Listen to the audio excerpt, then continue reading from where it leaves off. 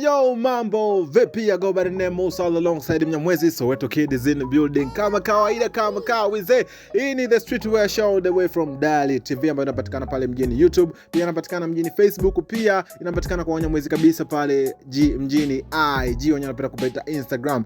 Bana, kama ilivyo kawaida yetu bana, kipindi chetu cha The Streetwear ni kipindi ambacho kimekuja kukusanua masuala mbalimbali ya uhusiano na masuala mazima ya fashion za kimtaa, pia fashion za international levels, ndio. Bana, sasa on to the next one today bana, kwenye The Streetwear Show nimekuandalia bana historia fupi ambayo itakwenda kukufungua na ukajua ni nini historia ya streetwear au mavazi ya kimitaani. Na historia hiyo ni bana ni kama ifuatavyo. Wanakuambia bana, mitindo ya mitaani aka streetwear ni utamaduni wa mavazi ya kawaida yaliyochanganyikana na mavazi ya starehe na tamaduni za kipekee kama vile mziki wa hip hop, michezo ya kuteleza kwa ubao aka skateboarding na mavazi ya michezo. Wanakuambia asili hii imejikita katika maeneo kadha wa kadha. Maeneo yenyewe ni kama ifuatavyo. Wanakuambia mwanzo wa mwaka 1970 mpaka 1980 lilianzishwa mitaa ya California nchini Marekani kwenye utamaduni wa kuteleza kwenye mawimbi aka surfing, na pia ulianzishwa mtaa ya New York City pale nchini Marekani kwenye utamaduni wa hip hop na kuteleza kwenye ubao aka skateboarding kama njia ya kuvaa kwa uhuru na starehe.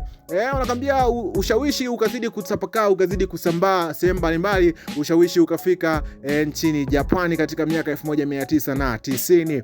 Mtindo huu ulipanuka zaidi hadi Japani, hususan ni mtaa wa Harajuku jijini Tokyo, ambako wabunifu walianza kuchanganya ubunifu wa kipekee na mavazi ya kawaida ya mtaani na kuleta mapinduzi makubwa ya kimataifa.